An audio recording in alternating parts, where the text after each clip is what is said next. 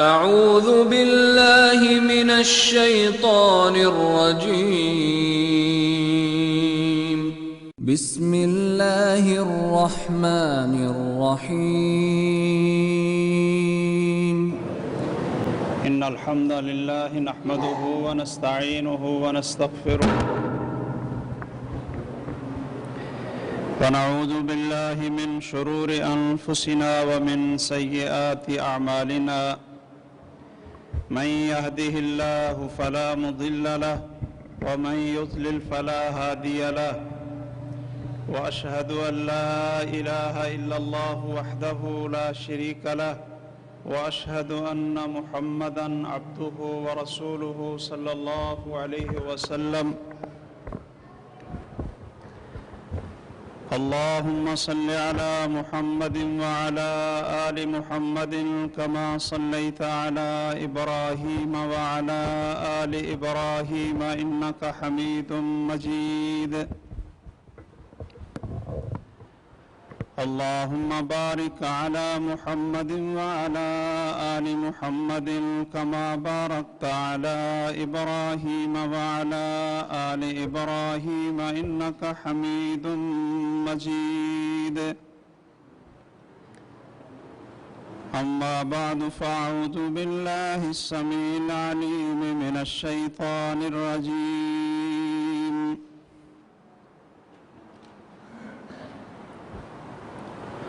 قل يا أيها الناس إني رسول الله إليكم جميعا فآمنوا بالله ورسوله النبي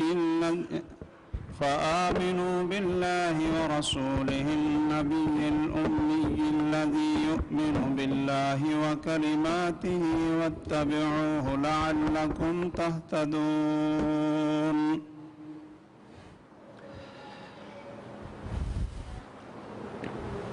بہت ہی محترم و مکرم سامعین کرام، عزیز القدر بھائیوں اور حضرات و خواتین، جس موضوع پہ آپ حضرات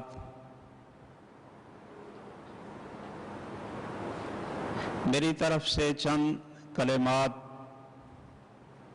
سنیں گے، اس کا عنوان مسلمانوں کے اوپر سید الاولین والآخرین محمد الرسول اللہ صلی اللہ علیہ وسلم کے حقوق کیا ہیں۔ تو سب سے پہلی بات آپ یہ ذہن میں رکھیں کہ کسی کے بھی حقوق، اس کا تعین یہ کسی انسان کی ذمہ داری نہیں ہے، بلکہ ہمارے خالق اور مالک اللہ رب العالمین نے ہی سارے حقوق متعین کیے ہیں۔ اور ہر انسان پر سب سے بڑا حق، سب سے عظیم حق وہ اللہ تعالیٰ کا حق ہے۔ اور یہ حق ایسا ہے کہ جب تک اس حق کو ادا نہ کریں کوئی انسان کامیاب نہیں ہو سکتا۔ سب سے بڑا اور سب سے پہلا وہ اللہ کا حق ہے۔ وہ کون سا حق ہے؟ رسول اللہ صلی اللہ علیہ وسلم نے فرمایا کہ اے معاذ، تم جانتے ہو ما حق اللہ علی العباد وحق العباد علی اللہ، کہ اے معاذ تم جانتے ہو کہ اللہ کا بندوں پر کیا حق ہے اور بندوں کا اللہ پر کیا حق ہے۔ یہ سب سے پہلا سبق ہے جو ہر شخص کو یاد ہونا چاہیے۔ تو آپ میں سے کوئی بھائی یہ بتا دے گا کہ سب سے بڑا اور سب سے عظیم حق جو اللہ کا اس کے تمام بندوں پر ہے وہ کون سا ہے؟ کیوں جی آپ بتائیں؟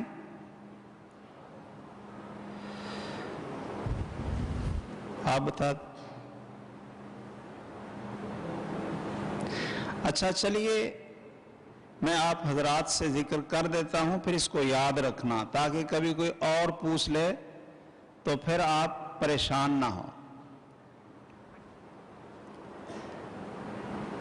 اللہ کا بندوں پر سب سے بڑا حق جو کسی صورت میں معاف نہیں ہوگا، اور اگر اس حق کو ادا نہ کیا تو پھر انسان ہمیشہ ہمیشہ کے لیے جہنم کی آگ میں چلے گا،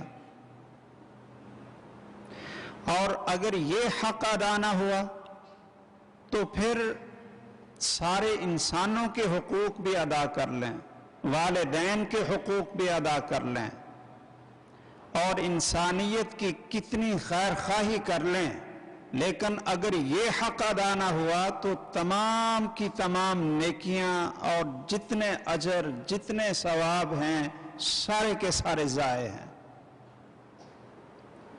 نہ کسی کی نماز، نہ کسی کا حج، نہ کسی کا صدقہ، نہ کسی کا روزہ، کوئی عبادت ہی قبول نہیں ہے اگر یہ پہلا حق اللہ ذوالجلال کا ادا نہ کیا۔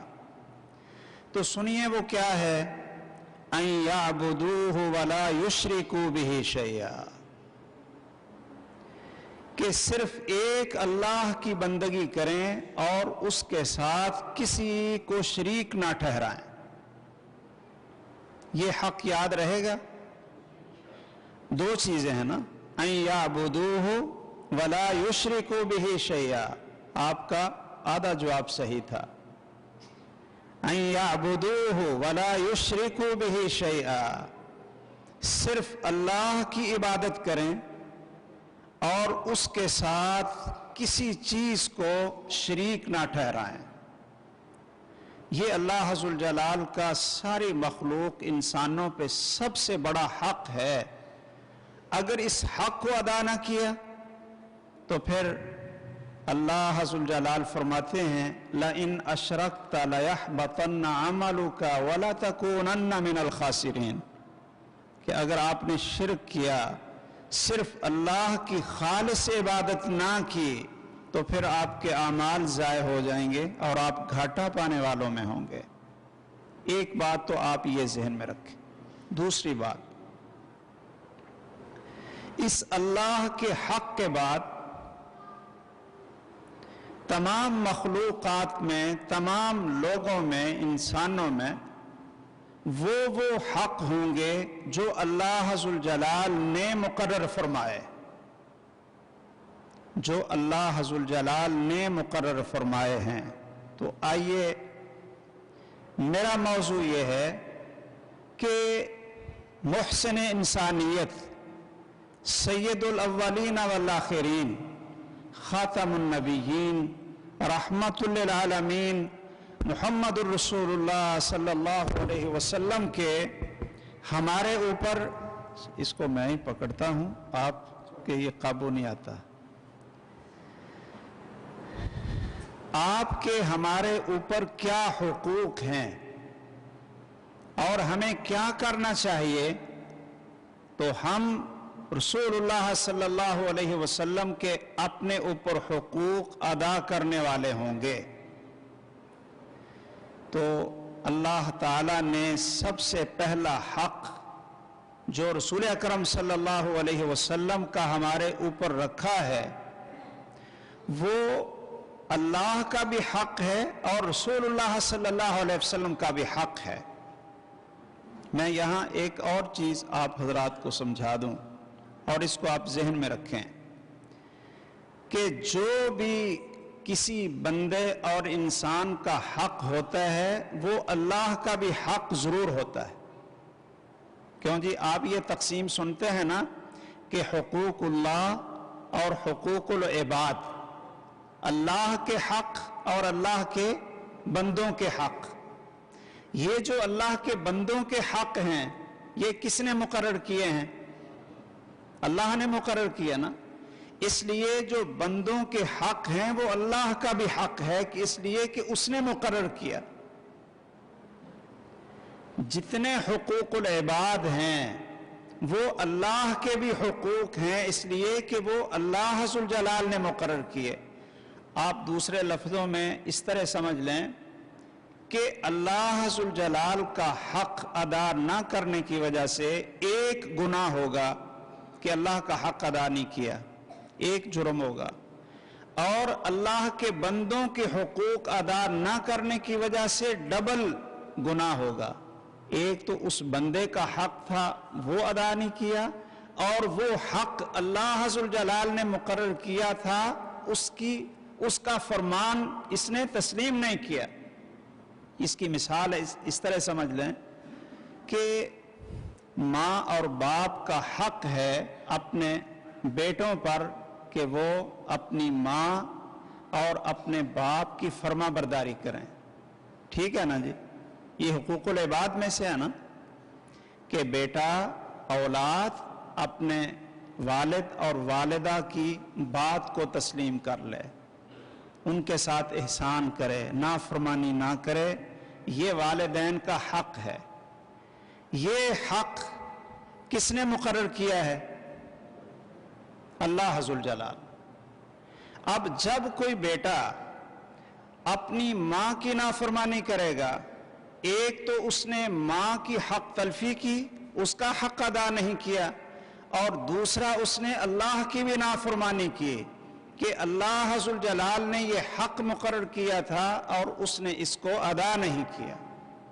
اس لیے جتنے حقوق العباد ہوتے ہیں وہ سارے کے سارے حقوق اللہ بھی ہوتے ہیں. رسول اکرم صلی اللہ علیہ وسلم کے حقوق جو اللہ تعالیٰ نے مقرر کیے ہیں ہمارے اوپر، ان میں سب سے پہلا حق یہ ہے. یہ بھی آپ گنتے جائیں، ٹھیک ہے نا؟ اس لیے کہ ویسے بیٹھ جانا اور یعنی سن لینا اور پھر وہ چیز ذہن میں نہ بیٹھے، سمجھ نہ آئے، یاد نہ آئے، یاد نہ رہے تو پھر اس کا فائدہ کون نہیں ہوتا. ٹھیک ہے نا؟ تو میں یہ کوشش کروں گا کہ جتنی باتیں آپ حضرات کے سامنے کروں تو وہ آپ کو یاد کرواؤں اور آخر میں پوچھ لوں. کیوں جی؟ آخر میں پوچھ لوں تاکہ کچھ نہ کچھ تو آپ ساتھ لے کر جائیں نا. تو ابھی تک میں نے 2 باتیں کی ہیں، یہ آپ نے یاد رکھنی ہے کہ اللہ ذوالجلال کا سب سے بڑا حق اپنے بندوں پہ کیا ہے. ٹھیک ہے جی؟ یہ آپ کو یاد ہو گیا؟ اچھا، پھر جتنے اللہ کے حقوق یا اللہ کے بندوں کے حقوق ہیں وہ اللہ ذوالجلال نے مقرر کیے ہیں، اور بندوں کے حقوق بھی حقیقت میں اللہ کے حقوق ہیں اس لیے کہ اللہ ذوالجلال نے ہی ان کو مقرر کیا ہے. یہ 2 باتیں یاد رکھنے کے بعد ہم آتے ہیں کہ ہمارے حبیبنا پیارے پیغمبر اور اس کائنات کی سب سے عظیم ترین ہستی اللہ اکبر کہ جن کا نام لیں تو ہمارے اندر محبت کے جذبات پیدا ہو جانے چاہیے. جن کا نام لیں تو ہماری چہرے کی رنگت بھی بدلنی چاہیے اور ہمارا جسم بھی ڈھیلا ہو جانا چاہیے، اس لیے کہ اس کائنات میں سب سے زیادہ پیار، سب سے زیادہ محبت، سب سے زیادہ عظمت اور سب سے زیادہ کسی کی حرمت اور تکریم تعظیم ہے انسانوں میں، اس کائنات میں، تو وہ محمد الرسول اللہ صلی اللہ علیہ وسلم ہیں. ان کا سب سے پہلا حق 1 نمبر کیا ہے؟ الایمان بہ، الایمان بہ والتصدیق بہ وبما جاء بہ. کہ ان پر ایمان لائیں، ان کو اللہ کا رسول تسلیم کریں، ان کو اللہ کا نبی تسلیم کریں. یہ سب سے پہلا ان کا ہمارے اوپر حق کہ ہم ان کو اللہ ذوالجلال کا برگزیدہ پیغمبر، اللہ کا رسول، اللہ کا نبی، ہم ان کو تسلیم کریں. اور جب ان کو اللہ کا رسول تسلیم کریں گے، اس پر ہمارا ایمان ہوگا، اس پر ہمارا عقیدہ بن جائے گا، تو پھر اس کا معنی یہ ہوگا کہ جو کچھ وہ ہمیں دے رہے ہیں، جو کچھ انہوں نے ہمیں دیا ہے، وہ سارے کا سارا اللہ ذوالجلال کی طرف سے پیغام ہے. انہوں نے ہمیں قرآن مجید پڑھ کر سنایا، صحابہ کرام کو لکھایا، اور وہ قرآن مجید ہم تک پہنچا. یہ اللہ کا کلام ہے یا نہیں؟ کیوں بھائی؟ اللہ کی طرف سے وحی ہے. یہ کون لائے ہیں؟ محمد الرسول اللہ صلی اللہ علیہ وسلم. اور آپ کی ہر حدیث، ہر سنت، آپ کا ہر فرمان، آپ کا ہر عمل، جس کو حدیث کہتے ہیں، جس کو سنت کہتے ہیں، یہ بھی اللہ کی طرف سے ہی پیغام ہے، اور یہ بھی رسول اللہ صلی اللہ علیہ وسلم نے ہمیں دیا.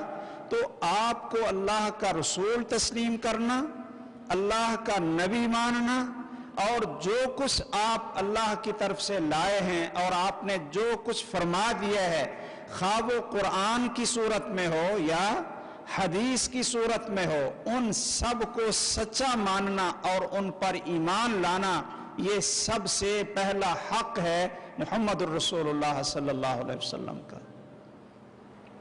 اچھا، ایک بات ہے کہ آپ جو کچھ لائے، جو کچھ آپ نے فرمایا،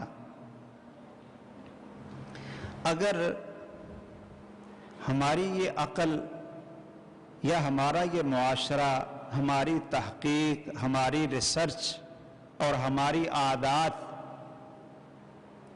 اس کو قبول کرنے کے لیے تیار نہ ہوں، ہمارا ذہن اس کو ماننے کے لیے تیار نہ ہو، تو پھر کیا کرنا چاہیے؟ کیوں بھائی؟ یعنی ہمیں پتہ چل گیا کہ یہ بات رسول اکرم صلی اللہ علیہ وسلم نے فرمائی ہے، قرآن مجید میں یہ بات آ گئی، رسول اکرم صلی اللہ علیہ وسلم کی احادیث میں یہ بات آ گئی اور آپ نے فرما دیا، لیکن ہمارا ذہن اس کو قبول کرنے کے لیے تیار نہ ہو، تو پھر آپ کا کیا خیال ہے کہ کیا ہم نے آپ کو اللہ کا رسول اور اللہ کا نبی ہم نے آپ کو تسلیم کیا؟ اچھا چلو یہ بھی آپ نا مثال سے سمجھ لیں. مثال سے رسول اکرم صلی اللہ علیہ وسلم نے فرمایا کہ میں آج رات 7 آسمانوں پہ گیا ہوں، بیت المقدس بھی گیا ہوں، اور پھر سیڑھی کے ذریعے اللہ ذوالجلال نے مجھے سدرۃ المنتہا تک اسی رات میں اپنی نشانیاں دکھائیں، انبیاء علیہ السلام سے ملاقات ہوئی، اور پھر میں رات کے اسی حصے میں واپس آ گیا. یہ بات جب کفار مکہ نے سنی تو وہ نا ایک لحاظ سے بڑے خوش ہوئے، اپنے اندر سے نا بڑے خوش ہوئے. وہ کہنے لگے کہ یہ بات آپ لوگوں کے سامنے بھی کریں گے؟ ابو جہل کہنے لگا یہ بات آپ لوگوں کے سامنے بھی کریں گے؟ آپ نے فرمایا ہاں کروں گا. اس نے آواز دی یا معشر قریش، اے قریش کے لوگوں اکٹھے ہو جاؤ. وہ بیت اللہ میں سارے اکٹھے ہو گئے، مجلس بن گئی. وہ اس نے کیوں اکٹھا کیا تھا یہ سنیے غور سے ذرا. یہ بابا جی یہ جب ان سے پوچھوں گا تو یہ پھر کیا کریں گے آخر میں؟ اچھا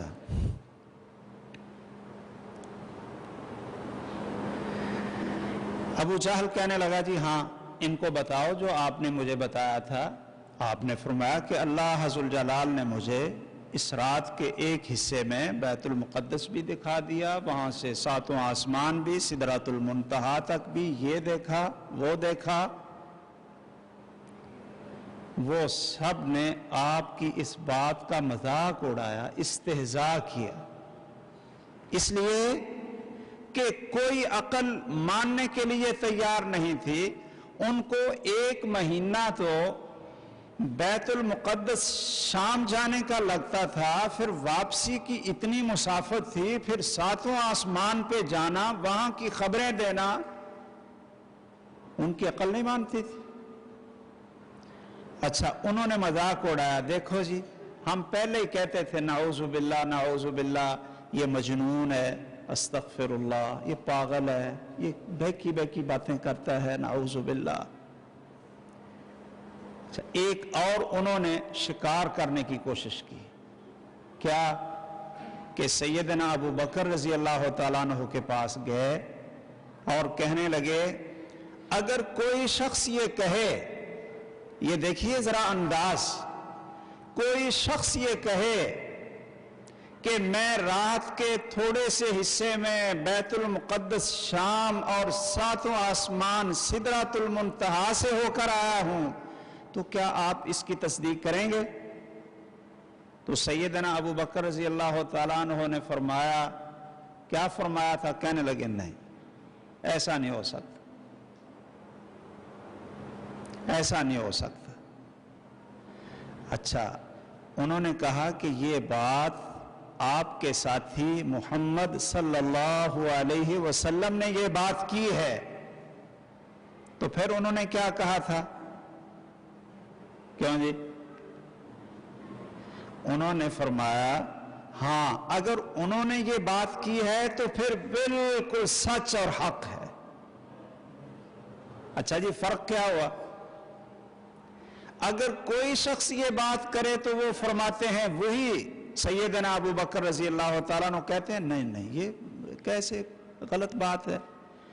اور اگر ان کو یہ بتایا جائے کہ یہ بات آپ کے دوست آپ کے ساتھی محمد صلی اللہ علیہ وسلم نے کی ہے تو پھر انہوں نے کہا ہاں اگر انہوں نے کی ہے تو بالکل صحیح. کیوں جی؟ یہ کیا ہے؟ ایمان بالرسول والتصدیق بما قال به بما قاله وبما جاء به، کہ رسول اللہ صلی اللہ علیہ وسلم کو اللہ کا رسول تسلیم کریں اور جو کچھ وہ کہہ دیں اس کو حق اور سچ مان. اسی طرح مثلا بکری ہے، اس کا پیشاب کپڑے کو لگ گیا ہے تو آپ نماز پڑھ سکتے ہیں، نماز پڑھ سکتے. اونٹ ہے. اچھا اگر بچی ہے بیٹی چھوٹی، اگر اس کا پیشاب کپڑے کو لگ گیا ہے تو فرمایا یغسل، اس کو دھویا جائے، دھونے کے بغیر آپ نماز نہیں پڑھ سکتے. اب اگر آپ کہتے ہیں جی یہ کوئی نا یعنی اس میں فرق کیا ہے جی بتاؤ فرق کیا ہے؟ اگر کوئی آپ سے یہ کہے کہ رسول اللہ صلی اللہ علیہ وسلم نے فرمایا کہ بکری کا گوشت کھا لو تو پھر نماز کے لیے دوبارہ وضو کرنے کی ضرورت نہیں اگر پہلے وضو ہو، اور اگر اونٹ کا گوشت کھا لو تو پھر کیوں بھی یہ مسائل آپ نے سنے کہ نہیں کبھی؟ نہیں سنے ہوں گے نا، بس آپ نے کوئی نظمیں سنی ہوں گی، کوئی بڑی کوئی نعتیں، کوئی بڑی اچھی آواز سنی ہوگی، جی کوئی جوش اور جذبے کی تقریریں سنی ہوں گی. اچھا یہ سنا ہی نہیں آپ نے کہ اگر باوضو ہوں تو بکری کا گوشت کھا لیں تو اسی طرح نماز پڑھ لیں بغیر دوبارہ وضو کرنے کے تو نماز صحیح، اور اگر اونٹ کا گوشت کھا لیں باوضو ہوں اونٹ کا گوشت کھا لیں تو نماز پڑھنی ہو تو دوبارہ وضو کرنا یہ فرض ہے، وضو کے بغیر آپ نماز نہیں پڑھ سکتے۔ ممکن ہے اگر میں یہ کہوں تو آپ کہیں جی وہ بھی حلال چیز ہے، وہ بھی حلال چیز ہے، دونوں میں کیا فرق ہے جی مولوی صاحب؟ ہاں، لیکن میں جب آپ سے کہوں گا کہ یہ بات کس نے کی ہے، یہ بات کی ہے محمد الرسول اللہ صلی اللہ علیہ وسلم نے کہ توضؤوا من لحوم الابل، توضؤوا من لحوم الابل، کہ اونٹ کا گوشت کھا لو تو بعد میں پھر وضو آپ کو ضرور کرنا پڑے گا، اور بکری کا گوشت کھا لو تو وضو کرنے کی ضرورت نہیں۔ تو جب آپ کو کہا جائے گا نا بھائی یہ رسول اللہ صلی اللہ علیہ وسلم نے فرمایا، تو پھر آپ کے اوپر ایمان کا تقاضا کیا ہے؟ آپ کہیں جی سمعنا واطعنا، اگر آپ نے فرمایا پھر بالکل صحیح۔ مقصد یہ ہے کہ آپ پر ایمان کا تقاضا یہ ہے کہ قرآن کریم کی کوئی بات آپ کے سامنے آئے یا حدیث مصطفیٰ صلی اللہ علیہ وسلم کی کوئی بات آپ کے سامنے آئے اور آپ کی عقل اس کو ماننے کے لیے کمزور عقل، ناقص عقل، اور جو ایمان والی عقل نہیں وہ اس کو ماننے کے لیے تیار نہ ہو، تو آپ ایمان کو غالب کریں، آپ کہیں کہ اگر اللہ یا اس کے رسول صلی اللہ علیہ وسلم نے کہہ دیا ہے تو پھر سمعنا واطعنا، پھر بالکل صحیح ہے۔ ایک سب سے پہلا حق رسول اللہ صلی اللہ علیہ وسلم کا کیا تھا؟ آپ پر ایمان لانا کہ آپ اللہ کے رسول ہیں، اور جو کچھ آپ نے فرما دیا ہے قرآن کریم کی شکل میں یا حدیث مصطفیٰ کی شکل میں، ان پر ایمان لانا، ان کو سچا تسلیم کرنا، یہ سب سے پہلا حق ہے محمد الرسول اللہ صلی اللہ علیہ وسلم کا۔ اچھا جی، 2 نمبر، دوسرا حق آپ کا یہ ہے کہ رسول اکرم صلی اللہ علیہ وسلم کی اطاعت کی جائے، آپ کی اتباع کی جائے۔ کیا معنی؟ آپ جو کچھ فرمائیں اس پر عمل کر لیں، اس کو تسلیم کر لیں، آپ جو کچھ کریں اس کو مان لیں، اور جن چیزوں سے روکیں اس سے رک جائیں۔ یہ کس کا حق ہے؟ اطاعت اور اتباع۔ یہ رسول اللہ صلی اللہ علیہ وسلم کا ہمارے اوپر یہ حق ہے۔ اچھا جی، اس کا کیا معنی ہے؟ آپ پر ایمان کے بعد، آپ کی تصدیق کے بعد، یہ دوسرے نمبر یاد رکھیں گے نا بھائیو، کیا ہے؟ آپ کی اطاعت، آپ کی اتباع، آپ کی فرما برداری، اور آپ کی نافرمانی سے، منہیات سے بچ جانا۔ یہ حق اللہ ذوالجلال نے آپ کا مقرر کیا ہے اپنے سارے بندوں پر، مومنوں پر۔ اچھا جی، اطیعوا اللہ و اطیعوا الرسول، یہ قرآن مجید میں آتا ہے کہ نہیں؟ آتا ہے نا؟ کتنی دفعہ آتا ہے؟ بے شمار دفعہ۔ اللہ کی فرما برداری کرو، اللہ کے رسول صلی اللہ علیہ وسلم کی فرما برداری کرو، ان کی اطاعت کرو، ان کی نافرمانی نہ کرو، اور ان کی اتباع کرو، ان کے پیچھے چلو۔ اور رسول ماننے کا معنی ہی یہ ہے کہ آپ کی اتباع کرو، آپ کے پیچھے پیچھے چلو، جس چیز سے روک کے رک جاؤ۔ یہ معنی ہے رسول اللہ کا صلی اللہ علیہ وسلم۔ میں اس کی ایک دلیل آپ حضرات کے سامنے ذکر کرتا ہوں۔ ویسے تو قرآن مجید بھرا ہوا ہے آپ کی اتباع، آپ کی اطاعت، آپ کی فرما برداری، آپ کی نافرمانی سے بچنا۔ جب صلح حدیبیہ کا موقع تھا تو آپ کو پتہ ہے کہ صحابہ کرام اس موقع پہ 15,000 کی تعداد میں تھے، 1500 کی تعداد میں تھے، اور ان کے لیڈر اور قائد کون تھے؟ محمد کریم صلی اللہ علیہ وسلم۔ اور کافر بھی آگے میدان میں، وہ کہنے لگے جی ہم آپ کو عمرے کی اجازت نہیں دیں گے۔ صحیح ہے نا؟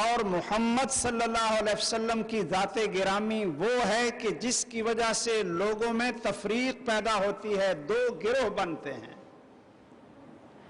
دو گروہ بن جاتے ہیں۔ کون سے؟ ایک ماننے والا، ایک یہ گروہ بن گیا، اور ایک نہ ماننے والا، بس یہ دو گروہ بنتے ہیں۔ وَمُحَمَّدٌ فَرْقٌ بَيْنَ النَّاسِ، محمد صلی اللہ علیہ وسلم لوگوں کے درمیان فرق کرنے والے ہیں۔ آپ کی ذات گرامی وہ نقطہ افتراق ہے کہ جو آپ کے پیچھے چلے وہ مومن اور کامیاب، اور جس نے آپ کی نافرمانی کی وہ کافر اور ناکام۔ میں یہاں ایک سوال کر سکتا ہوں آپ بھائیوں سے، وہ سوال یہ ہے کہ محمد الرسول اللہ صلی اللہ علیہ وسلم کے علاوہ امت کے اندر جتنے علماء ہیں، جتنے فقہاء ہیں، جتنے اولیاء ہیں، وہ فرق بین الناس نہیں۔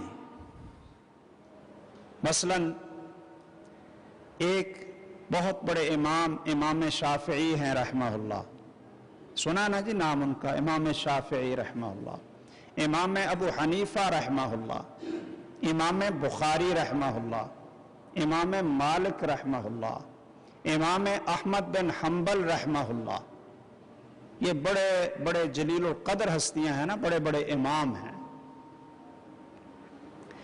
کیا ان کی وجہ سے آپ یہ تفریق کر سکتے ہیں کہ جو ان کے پیچھے چلیں وہ جنتی ہیں اور جو فلاں امام کے پیچھے نہ چلیں وہ جہنمی ہیں؟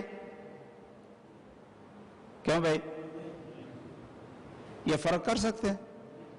اچھا، محمد صلی اللہ علیہ وسلم کی وجہ سے فرق کر سکتے ہیں کہ جو محمد الرسول اللہ صلی اللہ علیہ وسلم کے پیچھے چلیں وہ جنتی ہیں اور جو آپ کے پیچھے نہ چلیں وہ جہنمی ہیں؟ یہ بات تو صحیح ہے نا؟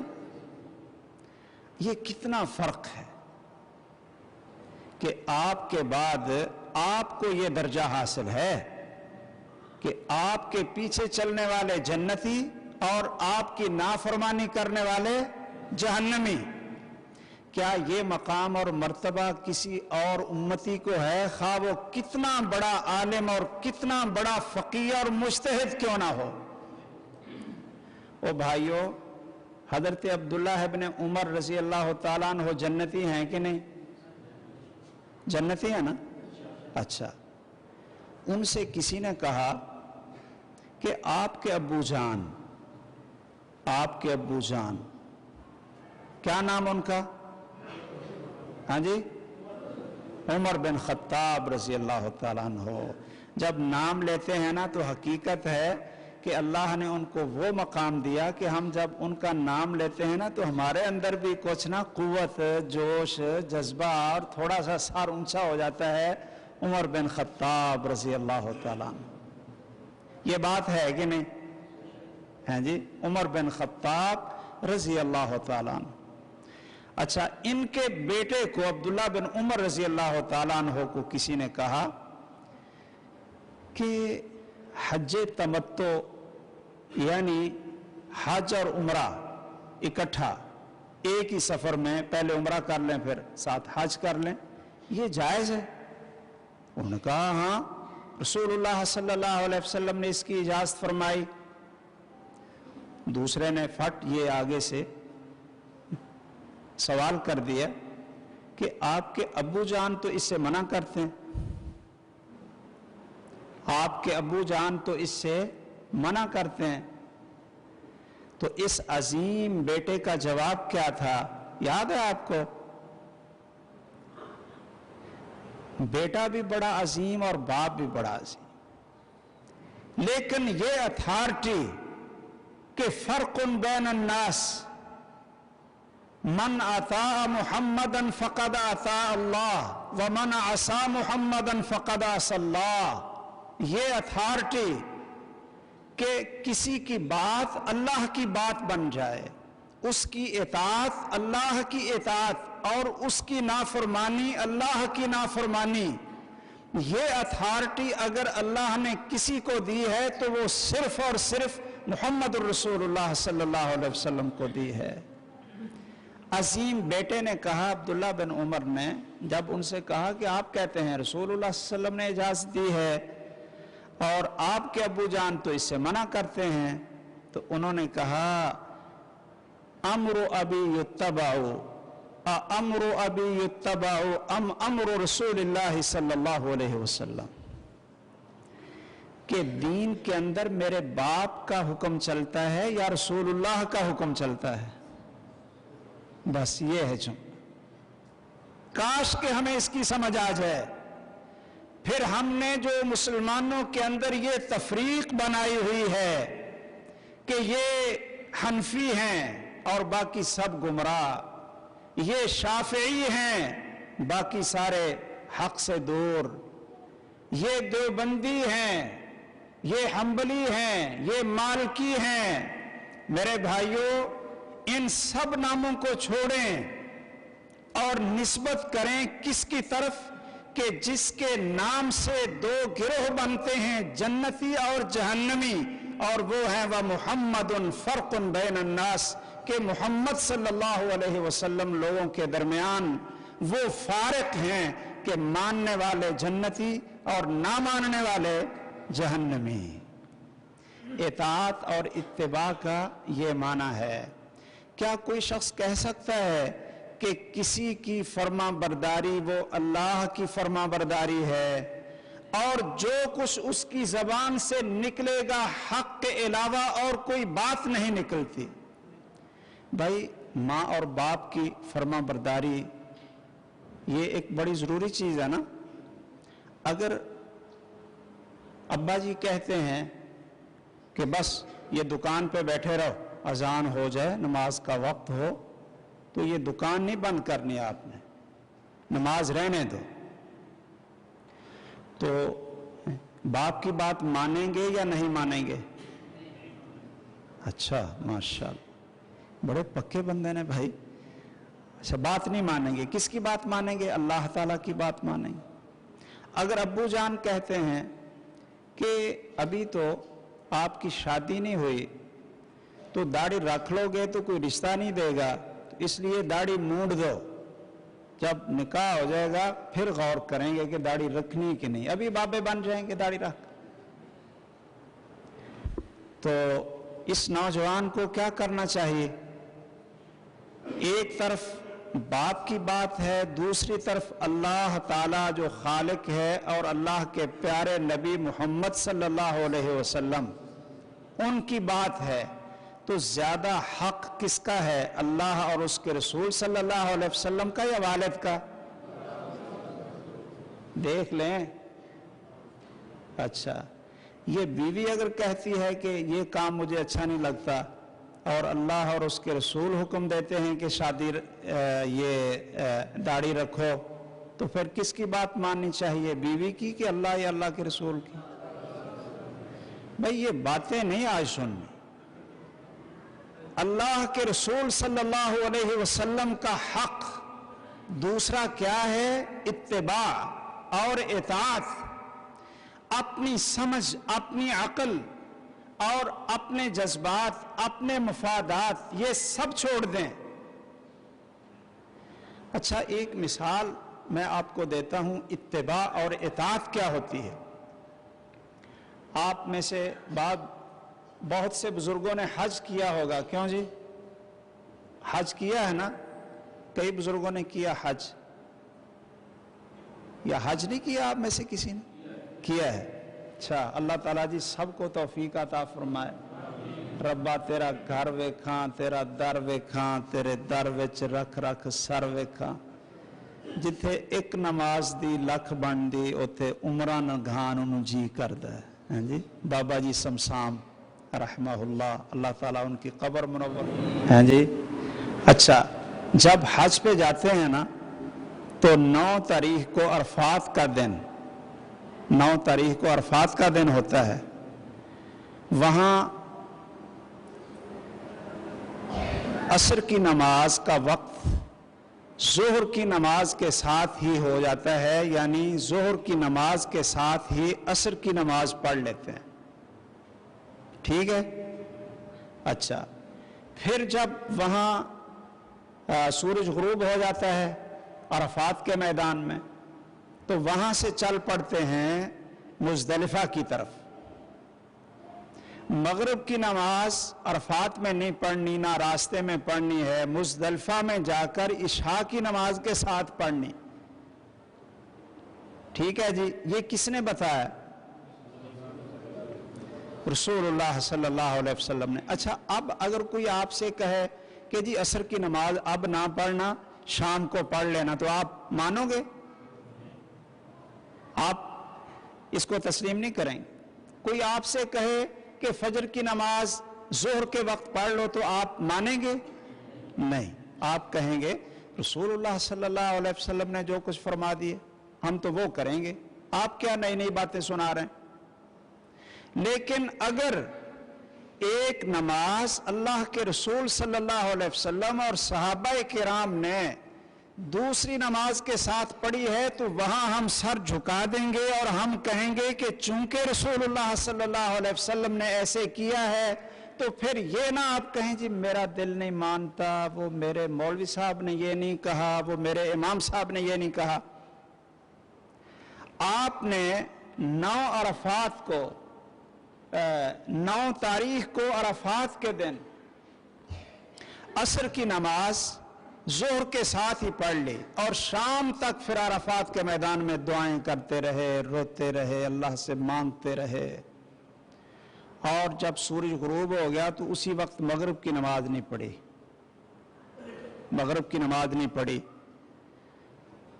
مزدلفہ کو چل پڑے۔ راستے میں آپ نے وضو بھی کیا، تو صحابی کہنے لگے، حضرت اسامہ تھے، کہنے لگے الصلاۃ یا رسول اللہ، اے اللہ کے رسول صلی اللہ علیہ وسلم، نماز پڑھنی اس لیے وضو فرمایا؟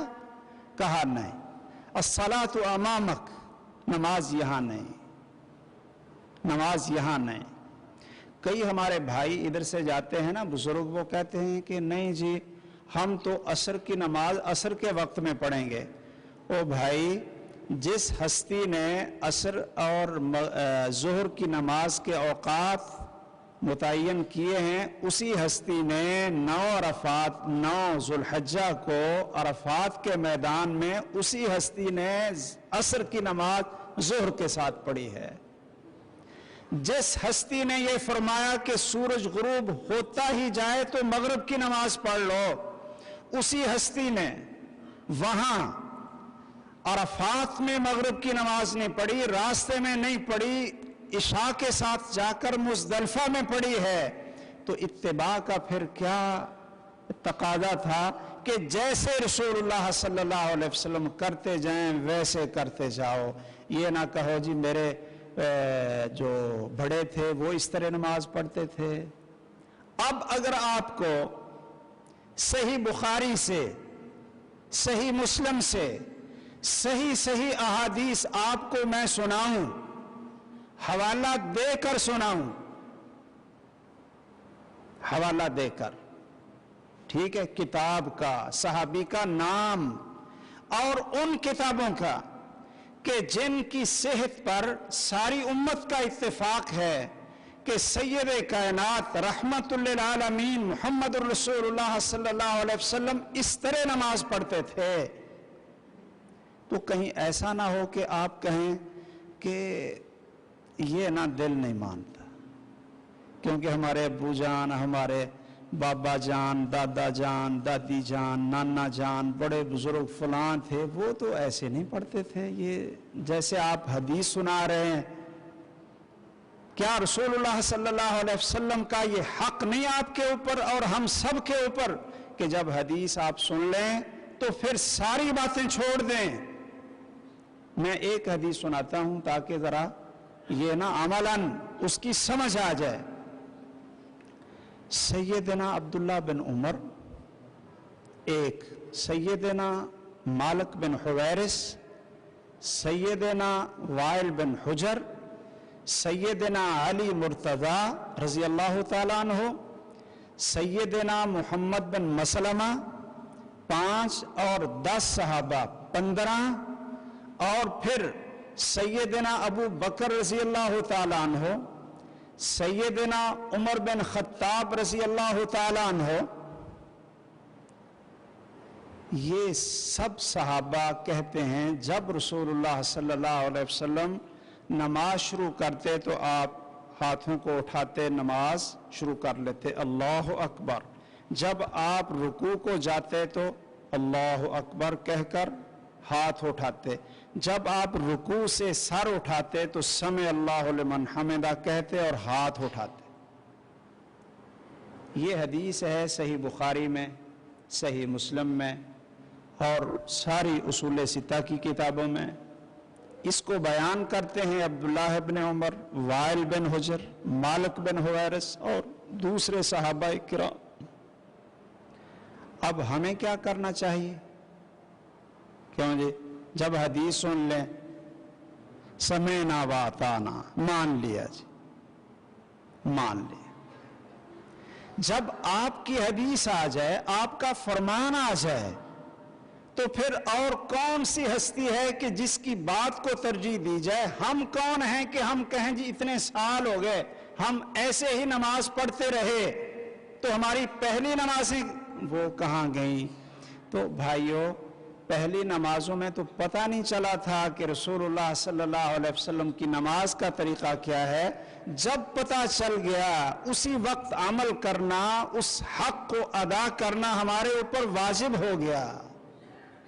تو پہلا حق آپ پر ایمان اور تصدیق ہے، دوسرا حق آپ کی اطاعت اور آپ کی اتباع ہے، اور تیسرا حق رسول اللہ صلی اللہ علیہ وسلم کا ہمارے اوپر پتہ کیا ہے؟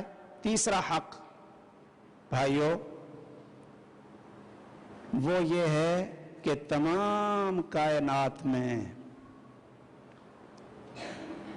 سب سے زیادہ محبت، سب سے زیادہ پیار، سب سے زیادہ عقیدت کس کے ساتھ ہو؟ محمد الرسول اللہ صلی اللہ علیہ وسلم کے ساتھ، ورنہ ایمان کوئی نہیں۔ اچھا جی، بھائی سے بھی زیادہ محبت اور تعظیم اللہ کے رسول۔ بھائی کی کیا حیثیت ہے؟ ماں اور باپ کی کیا حیثیت ہے؟ اولاد کی کیا حیثیت ہے؟ بیوی اور مال اور دولت کی، نوکری، ملازمت، ان چیزوں کی کیا حیثیت ہے؟ سب سے زیادہ پیار اور محبت اس کائنات میں کس کے ساتھ ہو؟ محمد صلی اللہ علیہ وسلم کے ساتھ ہو۔ اللہ اکبر۔ اگر اچھا جی، اپنی جان سے بھی زیادہ آپ کے ساتھ محبت ہونی چاہیے، کیوں جی؟ اپنی جان سے بھی زیادہ؟ اچھا، اور اپنے ماں اور باپ سے بھی زیادہ، اولاد سے؟ یہ آپ اب تو ہوں کر رہے ہیں، سر بھی ہلا رہے ہیں، لیکن جب آگے والی بات آئے گی نا تو پھر ایسا نہ ہو کہ پھر آپ چپ کر جانا۔ ہاں جی، واقعتاً یہ بات بالکل حق اور سچ ہے، ہمارا ایمان ہے، اور جس کا یہ ایمان نہیں ہم اس کو مومن بھی نہیں سمجھتے کہ ساری مخلوقات میں سب سے زیادہ محبت جب تک رسول اللہ صلی اللہ علیہ وسلم کی نہیں ہوگی، ایمان نہیں ہوگا۔ میرے بھائیوں، بعض لوگ یہ غلط پروپیگنڈا کر کے کہ یہ لوگ جی اللہ کے رسول صلی اللہ علیہ وسلم سے محبت ہی نہیں کرتے، اللہ کے رسول صلی اللہ علیہ وسلم سے محبت ہی نہیں کرتے، اس پروپیگنڈے میں نہیں آنا چاہیے۔ زبان کی باتیں ہیں، باتوں کا کیا ہے؟ ہمارا یہ ایمان، اس کا ہم برملا اعلان بھی کرتے ہیں، اور اپنے اللہ ذوالجلال کے ہاں پیشی کو سامنے رکھ کر زندگی کا سب سے بڑا عمل سمجھتے ہیں کہ محمد صلی اللہ علیہ وسلم، ان کی محبت، ان کا پیار، ان کی عظمت اس کائنات میں سب سے زیادہ ہے، اور جس کی نہیں ہے وہ مومن نہیں۔ سیدنا عمر رضی اللہ تعالیٰ عنہ نے ایک دفعہ کہہ دیا تھا نا کہ جی باقی تو ہر چیز ان سے آپ مجھے محبوب ہیں الا نفسی، لیکن میری جان جو ہے نا یہ اس سے آپ زیادہ پیارے نہیں ہیں. تو رسول اللہ صلی اللہ علیہ وسلم نے فرمایا کہ عمر ابھی پھر نہیں، ابھی وہ ایمان نہیں آیا. جب انہوں نے کہا اللہ کے رسول صلی اللہ علیہ وسلم میری جان سے بھی زیادہ آپ مجھ کو پیارے ہیں، تو آپ نے فرمایا الآن یا عمر، کہ عمر اب ایمان آیا ہے. اللہ اکبر. اچھا جی، سب سے زیادہ محبت،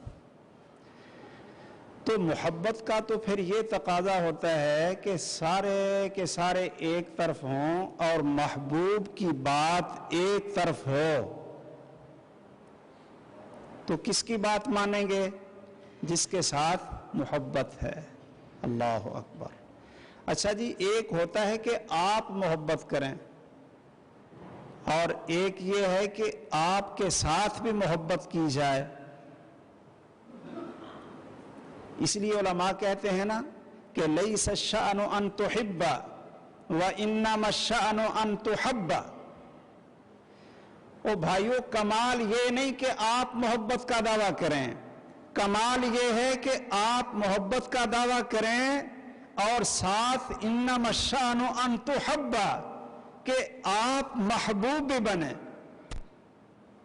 آپ کہیں جی مجھے اپنے رشتہ داروں سے بڑی محبت ہے، اور رشتہ داروں سے پوچھیں تو وہ کانوں کو ہاتھ لگاتے ہیں کہ بس جی اس کے قریب نہیں جانا، اللہ ہی معاف کرے، اس سے بچ کر رہنا، اس کی چھری بڑی تیز ہے. آپ کہتے بھی ہیں جی مجھے بڑی محبت ہے، بڑی محبت. انما الشأن ان تحب. آپ کہتے رہیں کہ مجھے اللہ اور اس کے رسول سے بڑی محبت ہے، بڑی محبت ہے. اب اللہ تعالیٰ سے پوچھیں، اللہ کے رسول صلی اللہ علیہ وسلم سے پوچھیں گے کہ آپ کو بھی اس سے محبت ہے، تو وہ کہیں کہ نہیں، اس پر تو لعنت اور پھٹکار ہے. صرف محب بننا، اس کا دعوے دار بننا، یہ کافی نہیں ہوتا. ان تحب، آپ کام ایسے کریں کہ آپ اللہ کے محبوب بنیں اور اللہ کے رسول صلی اللہ علیہ وسلم کے محبوب بنیں. میں ایک حدیث آپ کو سناتا ہوں. حضرت عبد الرحمن بن ابو قراد رضی اللہ تعالیٰ عنہ، وہ فرماتے ہیں کہ ہم نے ایک دفعہ دیکھا رسول اللہ صلی اللہ علیہ وسلم کو کہ آپ وضو کر رہے تھے اور صحابہ کرام رضی اللہ تعالیٰ عنہم آپ کے وضو کے پانی کے قطرے زمین پر نہیں گرنے دیتے تھے، اٹھا کر ہاتھ نیچے کر کے اپنے جسم پر وہ مل لیتے تھے. یہ محبت کا بڑا اچھا انداز ہے. آپ کے جسم اطہر سے گرے ہوئے قطرے وضو کرتے ہوئے زمین پہ نہیں گرنے دیتے تھے، اپنے ہاتھوں میں ہی لے کر اپنے جسم پہ مل رہے تھے. آپ نے پوچھا ما یحملکم علی ھذا، کہ اے میرے صحابہ ایسا کیوں کرتے ہو؟ کیوں جی ایسا کیوں کرتے ہو؟ تو صحابہ کرام نے پتہ کیا کہا لحب اللہ و حب رسولہ صلی اللہ علیہ وسلم. اللہ اور اس کے پیارے رسول صلی اللہ علیہ وسلم سے محبت کی وجہ سے ایسا کرتے ہیں. یہ جواب تو ٹھیک، لیکن کیا آپ کے جسم اطہر سے گرنے والے پانی کے قطرے جسم پر مل لینے سے محبت پوری ہو جائے گی؟ کہ اگر تم وہ کر لو تو پھر تمہاری اللہ اور اس کے رسول سے محبت ہو جائے گی، اور اللہ تعالیٰ اور اس کے رسول کی تمہارے ساتھ محبت ہو جائے گی. کیوں جی محب بھی بن جاؤ گے اور محبوب بھی بن جاؤ گے. محب بھی بن جاؤ گے اور محبوب بھی بن جاؤ گے. صحابہ کرام تو ایسی چیزیں وہ تو تلاش کرتے رہتے تھے، کہنے لگے بلا یا رسول اللہ صلی اللہ علیہ وسلم، کیوں نہیں اللہ کے رسول صلی اللہ علیہ وسلم ضرور بتلاؤ. تو آپ نے پھر 3 چیزیں بتلائیں. کیوں جی آپ بھی چاہتے ہیں نا کہ ہماری محبت ہمارے دلوں میں اللہ تعالیٰ اور اللہ کے رسول سے محبت ہو جائے، اور ان دونوں کی ہمارے ساتھ محبت ہو جائے، ہم ان کے محبوب بھی بنے اور وہ ہمارے محبوب بنے. یہ ہم سارے چاہتے ہیں نا. اچھا، یہ پھر اکیلا نہ جھنڈیاں لگانے سے کام نہیں ہوگا. ہیں جی، جھنڈیاں لگانے سے کام نہیں ہوگا، دیگ پکانے سے کام نہیں ہوگا۔ یہ پتہ کس سے کام ہوگا؟ سنیے، فرمایا فَلْيَصْدُقْ حَدِيثَهُ إِذَا حَدَّثَ وَلْيُؤَدِّ أَمَانَتَهُ إِذَا تُؤْمِنَ وَلْيُحْسِنْ جِوَارَ مَنْ جَاوَرَهُ۔ یہ 3 کام کرو۔ پھر یہ بڑے مشکل کام ہیں جی۔ جسم پر پانی مال لیں یہ تو آسان سا کام ہے، جھنڈی شنڈی لگا لیں، سائیکل پہ جی جا رہے ہیں، کون جی؟ یہ محب رسول جا رہے ہیں۔ اچھا، آپ نے فرمایا یہ 3 کام کرو، یہ 3 کام، محبوب بھی بنو گے، محب بھی بنو گے، لیکن کریں کیا؟ یہ کام مشکل بڑے ہیں جی۔ پہلا کام سن لیجئے، اس حدیث میں آپ نے جو فرمائے فَلْيَصْدُقْ حَدِيثَهُ إِذَا حَدَّثَ، کہ جب بات کریں تو سچ بولیں۔ ہاں جی، جب بات کریں تو سچ بولیں۔ اب مجھے بتائیے کہ وہ جھنڈی لگانا آسان ہے یا سچ بولنا آسان ہے؟ کوئی بھائی یہ یا بزرگ یا بھائی کوئی کہہ سکتا ہے کہ میں نے زندگی میں کبھی جھوٹ نہیں بولا، جھوٹ کبھی نہیں بولا؟ کیوں جی؟ ہیں؟ کوئی نہیں بول رہا۔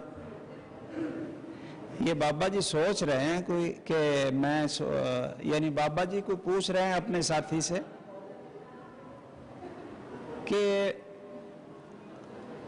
میرے بھائیوں کتنا مشکل کام ہے کہ بیٹا ہو، بھائی ہو، زمین کا جھگڑا ہو، اس میں پھنسے ہوئے ہوں اور باپ کو یا بھائی کو گواہی دینی پڑ جائے تو وہ اپنے بیٹے اور بھائی کے خلاف گواہی دے گا؟ کیوں جی؟ عدالت میں جج کے سامنے جا کر یہ کہے کہ جج صاحب ٹھیک ہے یہ میرا بیٹا ہے لیکن یہ جھوٹ بولتا ہے، کیوں جی؟ ٹھیک ہے یہ میرا بھائی ہے، زمین کا جھگڑا ہے، پلاٹ کا جھگڑا ہے، لیکن یہ جھوٹ بولتا ہے، میری گواہی اس کے خلاف ہے۔ ہاں جی، کوئی ہے؟ جھنڈیاں لگا کر ہی سارا پیار اور ساری محبت آ گئی۔ فَلْيَصْدُقْ حَدِيثَهُ إِذَا حَدَّثَ، جب بات کریں اگر اللہ کے رسول سے سچی محبت ہے تو جھوٹ نہ بولیں۔ وَلْيُؤَدِّ أَمَانَتَهُ إِذَا تُؤْمِنَ، اور اپنی ذمہ داری کو پورا ادا کریں، امانت کے اندر خیانت نہ کریں۔ ایک خیانت ہوتی ہے مالی، آپ کے پاس کسی نے امانت رکھی ہو، آپ اس میں خیانت نہ کریں۔ اس طرح کے تو ہمارے کافی بھائی ہوں گے، کیوں جی؟ مالی امانت ادا کرنے والے۔ ایک امانت ہوتی ہے راز کی امانت، کیوں جی؟ راز کی امانت، کہ کسی نے آپ کو راز بتلا دیا تو آپ اس کو افشا نہ کریں، وہ آپ کے سینے میں ایسا دفن ہو کہ قبر تک ساتھ جائے۔ کیوں بھئی؟ یہ آپ کسی کے راز کی حفاظت بھی کر لیتے ہیں، یا وہ عورتوں کی طرح کہتے ہیں بی بی جی یہ نا یہ بات بس میں نا آپ کو ہی بتانے لگی، یہ آپ نے اور نہیں کسی کو بتانے۔ بھئی جب وہ بات بتا دی ہے تو وہ راز رہے گے؟ کیوں بھائی؟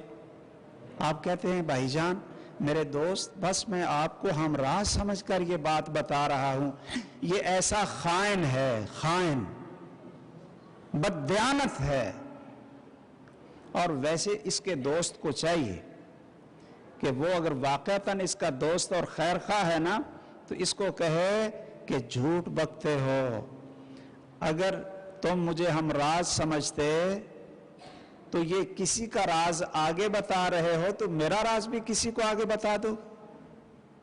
کیوں جی؟ رسول اللہ صلی اللہ علیہ وسلم نے فرمایا المجالس بالامانہ، مجلس میں جو بات کی جائے وہ امانت ہوتی ہے، اس کو افشا نہ کرو۔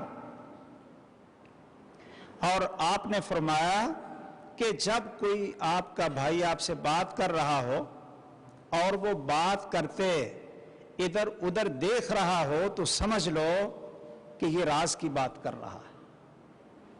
کیوں جی؟ یہ حدیث کبھی سنی کہ نہیں؟ آپ نے فرمایا کہ جو شخص اللہ اور اس کے رسول کے ساتھ سچی محبت رکھتا ہے وہ امانت میں خیانت نہ کرے. ایک اور امانت بھی ہوتی ہے، وہ پتہ کیا ہے؟ آپ کہیں کام کرتے ہیں، مل میں، فیکٹری میں، اسکول ٹیچر ہیں. کیوں جی؟ اسکول ٹیچر ہیں، دفتر میں کام کرتے ہیں. آپ کی ڈیوٹی ہے کہ 8 بجے آئیں اور 2 بجے جائیں. کیوں بھائی؟ 8 بجے آئیں اور 2 بجے جائیں. اب آپ کیا کرتے ہیں کہ آئے 10 بجے، لکھ لیا 8 بجے، بیٹھے بھی رہے لیکن صحیح طریقے سے کام نہ کیا. کیوں جی؟ یہ امانت میں خیانت ہے یا نہیں؟ یہ امانت میں خیانت ہے یا نہیں؟ اور آنا 2 بجے تھا، چھٹی کر کے پہلے ہی آ گئے. کسی حاضری لگانے والے کو پیسے دے کر سارے دن کی حاضری لگا لی. اللہ اکبر! مسلمانوں کی حالت دیکھتے ہیں نا تو حقیقت ہے کہ رونا آتا ہے، رونا آتا ہے. یہ نشاط مل ہے، مجھے ایک ساتھی نے بتایا کہ وہاں جی 5,000 روپیہ تنخواہ ملتی ہے. اگر 1,000 روپیہ آپ حاضری لگانے والے کو دے دیں تو وہ ہر روز آپ کی حاضری لگا دیا کرے گا. 5,000 آپ کو مل جائے گا، 1,000 اس کو دے دیا کر. گھر میں بیٹھے بیٹھے 5,000. میرے بھائیوں، یہ امانت ہے، یہ ذمہ داری ادا کی. لعنت ایسی کمائی پر اور ایسی ذمہ داری کے اوپر کہ جس لالچ نے اس سے امانت اور دیانت کو ختم کر دی. آپ نے فرمایا کہ جب بات کرو سچ بولو. جب کوئی ذمہ داری امانت آپ کو سونپی جائے تو اس کو ادا کرو. وَلْيُحْسِنْ جِوَارَ مَنْ جَاوَرَهُ، اور اپنے پڑوسی کے ساتھ حسن سلوک کرو. تو رسول اللہ صلی اللہ علیہ وسلم کی محبت یہ تیسرا آپ کا حق ہے. اور جب آپ سے محبت ہو تو پھر آپ کی اولاد سے بھی محبت ہونی چاہیے، آپ کے محبوبوں سے بھی محبت ہونی چاہیے. کیوں جی؟ کہتے ہیں نا دوست کا دوست دوست ہوتا ہے اور دوست کا دشمن، کیوں بھائی؟ دوست کا دوست دوست ہوتا ہے نا، اور دوست کا دشمن دشمن ہوتا ہے. جو آپ کے باپ کا دوست ہے وہ آپ کا بھی دوست ہے، جو آپ کے باپ کا دشمن ہے وہ آپ کا بھی دشمن ہے. جب رسول اللہ صلی اللہ علیہ وسلم سے ساری کائنات سے بڑھ کر محبت ہے تو پھر آپ کی اولاد کے ساتھ بھی محبت ہونی چاہیے، اور آپ کی بیویوں کے ساتھ بھی ہماری عقیدت، احترام اور محبت ہونی چاہیے، اس لیے کہ وہ رسول اللہ صلی اللہ علیہ وسلم کی ازواج مطہرات تھیں اور ہماری مائیں ہیں. ہماری کیا ہیں؟ مائیں ہیں. اور رسول اللہ صلی اللہ علیہ وسلم کے دوستوں سے ہماری محبت اور دوستی ہونی چاہیے، جن میں سب سے پہلے نمبر پہ سیدنا ابو بکر صدیق ہیں، پھر عمر فاروق ہیں، پھر عثمان غنی ہیں، پھر سیدنا علی رضی اللہ تعالیٰ عنہ ہیں، پھر 10 مبشرہ ہیں. ان سے ہمیں محبت رکھنی چاہیے کہ نہیں؟ اور جو آپ کے دشمن تھے ان کے ساتھ ہماری دشمنی ہے یا نہیں؟ اگر دشمنی نہیں ہوگی، اللہ کے دشمنوں کے ساتھ ہماری دشمنی ہے کہ نہیں؟ اللہ کے دوستوں کے ساتھ ہماری دوستی اور اللہ کے رسول صلی اللہ علیہ وسلم کے دشمنوں کے ساتھ ہماری دشمنی اور آپ کے دوستوں کے ساتھ ہماری دوستی. اللہ کے دشمن اللہ کے ساتھ شریک بنانے والے، کیوں جی؟ اللہ کے دشمن ہیں اور وہ اللہ کے رسول صلی اللہ علیہ وسلم کے بھی دشمن ہیں،